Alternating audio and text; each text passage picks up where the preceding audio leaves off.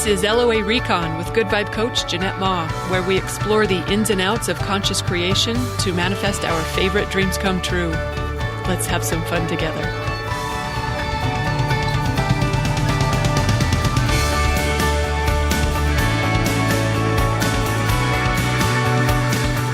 Welcome and thank you for joining me for another episode. There's an important conscious creation principle I wanted to remind us all of, mostly because I've been reminding myself of this one lately, and I thought maybe someone else could benefit from this as well. I've noticed that sometimes when things start to weigh on me, like when I find I'm grinding my teeth again, or my shoulders get stiff, or sometimes I notice there's like tension gathering around my eyes. That's when I got to stop and ask myself, girl, what's bothering you? Like, what are you worried about? Because I realize something has crept in. Something's on my mind that I'm grappling with. And it could be anything, like how to help a loved one who's struggling, or maybe dealing with some time pressures that I don't know how to solve, or maybe it's because I believe I've got a big money decision I got to make, but something along those lines. I sometimes don't realize that I'm stressing about it until my body shows me signs of tension.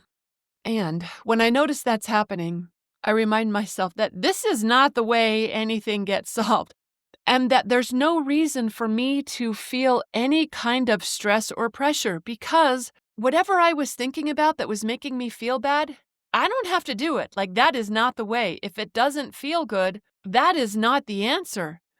So I don't have to worry about doing something that I don't want to do, or trying to figure out an answer to a question that feels heavy, because all any of us ever have to do is whatever feels better. That's all we ever have to do. We never have to do anything unpleasant. There's never anything tricky we've got to fight our way towards. It's just a simple matter of what feels better. That's all we ever have to reach for. There's no reason to be upset or tense or worried, because whatever thoughts we're thinking that create those feelings, those are just gremlin myths that are crowding out our inner peaceful truths. They want us to believe that trouble is afoot, that life is hard, but they lie. Because all is well here, and it always is. So whenever I start to think something to the contrary, that's my cue to let it go, because this is not how it works. Or at least, it's my reminder that I can choose something else. There's nothing wrong with doing it that way, but it's optional. So if I don't prefer it, and when I'm clear that I don't want to do that routine anymore, I don't have to do it like that. I can do it different. Because all I ever have to do is whatever feels better. Just ask myself, where's the relief, and head in that direction, in thought and action. That's all we ever have to reach for in order to live whatever we prefer. It could be easier than that, right? We never have to do unpleasant things. We never have to buckle down and figure it out. We don't have to hustle and grind to make something happen. It's just what feels better. And I don't think we could ask for a better system than that. That's worth remembering when we start to go down the path of believing that things are hard, or it's not working, or whatever other gremlin lies are being sold to us. No matter what might be happening in our lives, we've got an inner guidance, that's an inner wisdom, an inner being, Abraham calls it, that knows the way to what we want. More money, better health, better relationships, home harmony, professional success, no matter what we want, it knows the way there. And it's pointing that way via whatever our relief or joy or happiness is. Whatever feels better, that's our inner guidance saying, this way to dreams come true. All we have to do is just find one better feeling thought after another, or better feeling action after another. That's all that's ever required of us. What we want is always within reach. It's always possible. And to get there, all we have to do is answer the call of inspiration, which just means follow what feels better. Follow the relief, trust the joy. I read an Abraham quote along these lines today that said, "Something's gone wrong is the biggest lie of all, because the entire universe is conspiring for your well-being. And this is the truth. Things are always working out for you." Oh, I liked that reminder. We're the only ones who are ever holding out on ourselves. As we think, so shall it be. When we believe it's hard, or tricky or going to take a while or not working, we're right. And when we believe it's easy and it's happening now and it's going to be even better than we hoped, we're right. So when you notice you're activating vibrations like nervousness or doubt or resignation or disappointment, however it is you notice that, sometimes I don't notice till my body is showing it to me. Maybe you could catch it while it's still thoughts and emotions before it actually manifests in something you can feel in your body or something that shows up in your 3D reality. But however you spot it, once you clue into your routine, that's your chance to change it, and it is never too late. Just one better feeling thought after another. You've heard me say this before, I'll say it again right here, that a better feeling thought doesn't necessarily mean a positive one or some bright and shiny loving thought is what I mean. All we need to do is find a better feeling one, and sometimes the better feeling thoughts are dark and swear wordy. Sometimes what feels better has anger in it or blame or something that you would not find on a list of Louise Hay affirmations. And that's okay. Because sometimes the thought that gives us relief is one that sounds like, screw them, or forget this, or something like that. It just depends on where we're at on the emotional scale. If we're low, then our better feeling thoughts are different than when we're feeling much better. And you're the only one who knows what feels better. No one else can tell you what that is for you. This is highly personal work. My better feeling thoughts are often things like, I don't got to figure this out right now. I picked that one up from Esther through Abraham. Or it'll sort itself out one way or another, or it's easier than I think, or there's plenty going right, or it's not as bad as I'm making it out to be, or I've done this before, I'll find my way again. You've got some standby, better feeling thoughts too, right? It's worth knowing what they are, and if you don't have any, you can borrow some of mine until you find your own. Maybe some of mine will work for you.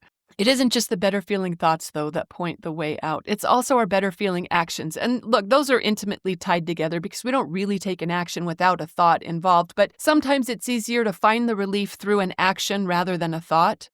Like just asking what would feel better right now. Getting some sun, going for a walk, finding something to eat or watch or listen to, talking to someone or maybe not talking to someone. Maybe just closing the curtains and going to bed or getting out of bed. Maybe a good workout or a good cry. Again, you're the only one who can interpret what your guidance system is calling for. No one can tell you what that is but you. And the better we get at listening for what feels better and honoring it, the more natural it becomes for us to follow it, and the more cooperative we get for dreams come true. I was reminding myself of all of this recently when I realized I was carrying some heavy thoughts, and I didn't notice it when I was worrying about it. I didn't notice it until my body started to show me, girl, you're carrying tension. Our local shelter there was a hoarding case. Over 150 dogs were confiscated and headed to my local shelter, and they were already over capacity. Like they had no room for this many dogs. So they were on the news, they were on social media. I was going to say asking for help. They were begging, they were pleading, and they needed everything. They needed supplies, donations, volunteers, but they especially needed foster homes. Like they needed these dogs out of the shelter. They were just begging for people to help. I heard that, and I wanted to help, but I didn't feel like I could. I mean, I've already got 3 dogs, and they're a lot. They already fill up my whole car and the bed and the house and the couch. Like, how is there supposed to be room for another dog here? There really isn't. But I asked myself, well, could you just do it temporarily, just as a foster, maybe for a few weeks or a few months? Like, could I make it work? Would that be fair to my other dogs? Would it be fair to the cats, as well as the bunnies and the horses and the chickens that need attention too? And my neighbors, because, we all live here together. Not to mention my partner, because he'd be dealing with it right alongside me. And that can be a lot to ask of a person, especially when our hands are already full. And when you take on another animal, you also take on some more financial responsibility. You've got to be willing and prepared to meet whatever medical needs or financial needs they might have. And that's not usually cheap. And it's not like I'm dripping in money that I don't know what to do with. It's allocated. It's spoken for. But wow, those stories and the posts from my shelter, it was Oh, it did not feel good to ignore it. So I was turning it over in my head this way and that way. Like, what could I do? How could I help? How do I see my way through this? My inspiration was to answer the call for help, but I really didn't see how it was feasible. And I was feeling some tension building over this routine. And finally, my body clued me in that I'm doing a routine that isn't helpful. This isn't the way it works. This isn't me using my conscious creation powers. And another thing I know is that whenever I think someone should do something, that I am that someone. Whatever I think someone else should do, like that's my cue for me to lead the way. I think it's so easy. Prove it, Jeanette, you do it. Because we are the someones. So when I remembered, all I ever have to do is what feels better. And I recognized that what felt better was to answer the call for help. I texted Chad and I said, we might have to get another dog from the shelter. I was thinking that would be the opening to a long talk we would have about what was possible, what wasn't, what we could do. Except that is not what happened.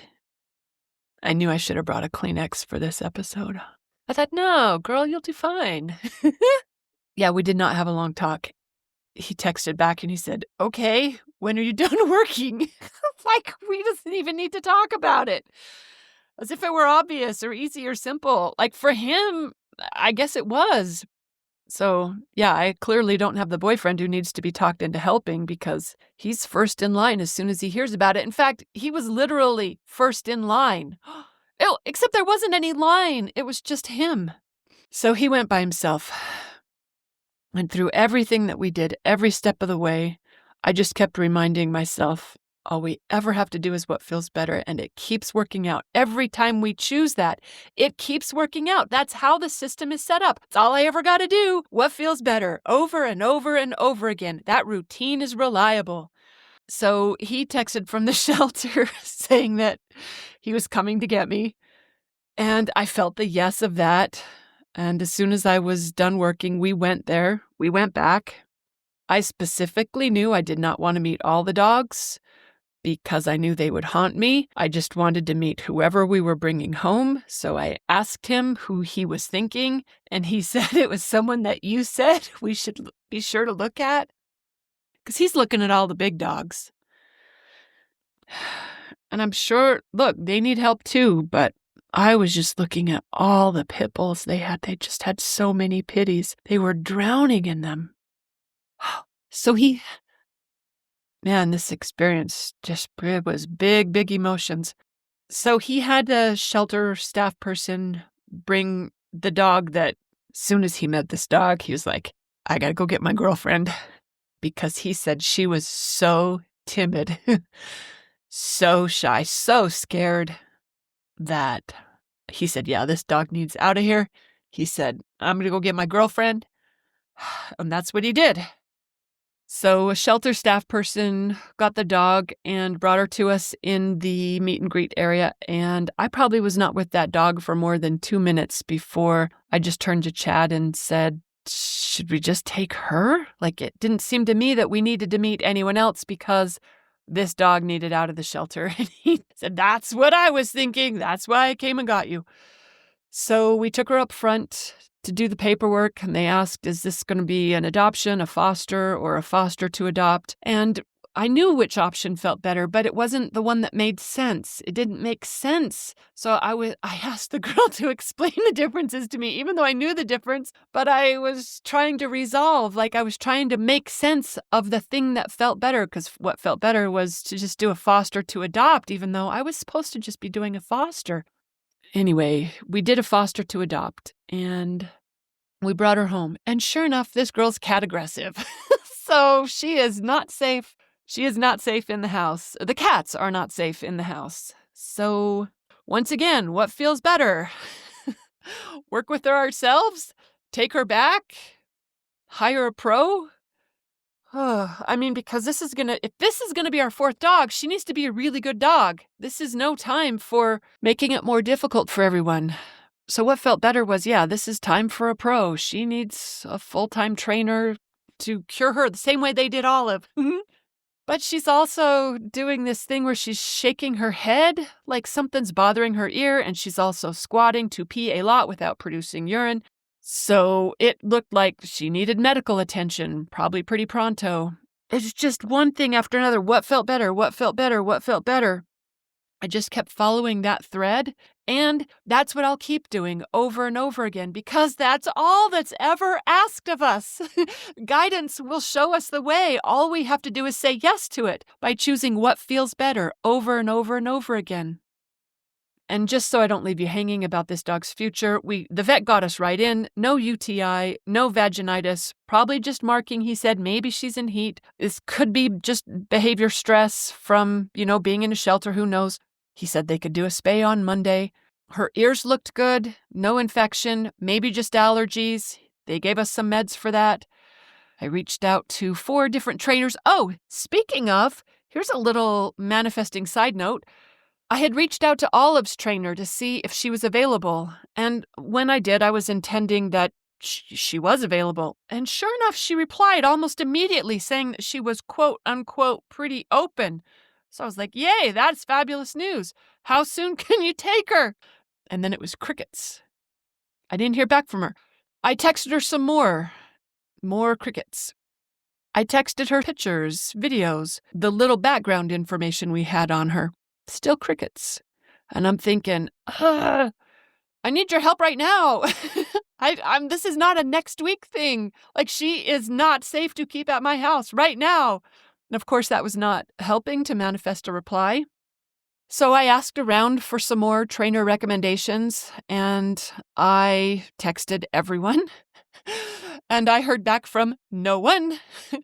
Which reminded me suspiciously, this was very familiar. This was just like the week before I had texted my esthetician that I've been going to for a while, asking for an appointment.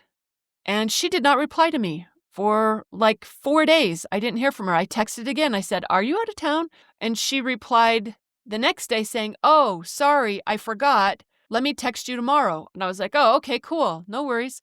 Oh, I didn't hear from her again for several more days. Okay, so I wasn't liking this not hearing back vibration. I did not like it. I did not like it from my esthetician. I did not like it from these trainers whose help I needed right now. But then I realized this did not start with my esthetician. This started with a fellow creator who had been singing this tune for a very long while about her love interests and job prospects. Not hearing back, that was like right at the tip of her tongue. Not hearing back was practically her personal mantra. So I know where I picked that up. And I also knew what to do because I'd been sharing with the fellow creator what to do. So I knew to feel the relief. I knew to feel the yay of getting a great answer and to let go of whatever issues or problems that I'd been holding on to so tightly and to relax instead. I did those things. And then I got an inspiration to ask Chad to reach out to someone. He texted a thumbs up emoji immediately on my text to him. And then I bet wasn't even 3 minutes later, he texted me saying, she's got an intake booked with one of our top 2 favorite trainers. He was taking her in like less than 90 minutes. Oh. Oh man, what feels better? For the win. That is all we ever need to do. And yes, I've still got other thoughts that my gremlins would love for me to worry about, including how vet visits and spay appointments and dog trainers are not cheap. But I know that as long as I keep reaching for what feels better and I don't let any gremlins derail me along the way, that it will just keep working out in everyone's favor. It just keeps working out. That's what it does over and over and over again.